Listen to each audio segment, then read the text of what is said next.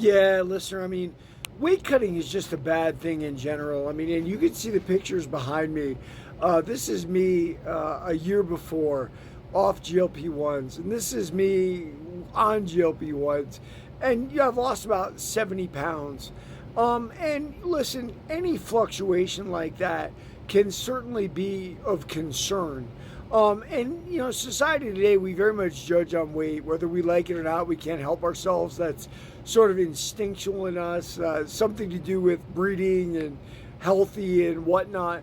And the ironic part of that is, at the heavier weight, I can take a better punch, right? And maybe that is obvious to some people in combat sports. I don't think it's obvious to everybody.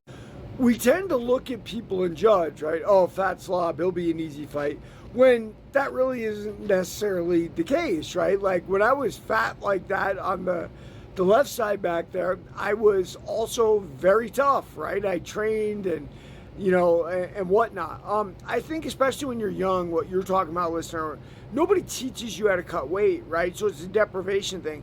My senior year in high school, I had wrestled 191 the year before, and then the coaches, as in any good wrestling coach will tell you, they forced me to cut weight. I cut to 175, and they said, you got to cut to 165. I cut to 165.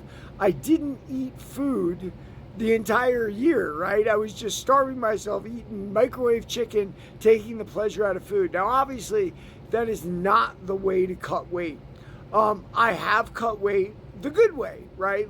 Eating healthy, running, training a lot, whatnot, and I've lost weight that way. That having been said, whether I lose it the healthy way or the unhealthy way, when your body's smaller, you are weaker, you are a lot of things, right? Like it takes away a certain amount of your mojo.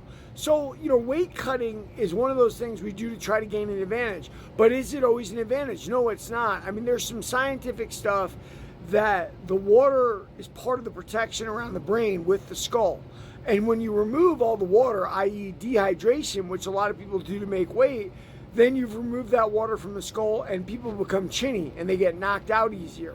And it took a real long time because in MMA, wrestling being a part of it, they brought along that weight cut nonsense. And MMA fighters, they'd lose a fight and the solution was cut a weight class, which is probably the exact wrong thing you should do. So yeah, I'm sorry what happened to you, listener. It's one of the dangers of weight cutting we don't talk about. It is definitely a dark science, a dark art, and it's a dark part of the sport. Unfortunately, we don't really have a good fix for it, and that's why people still do it. So yeah, it is what it is, man. I don't have the solution. Read my book, Warrior of the Life.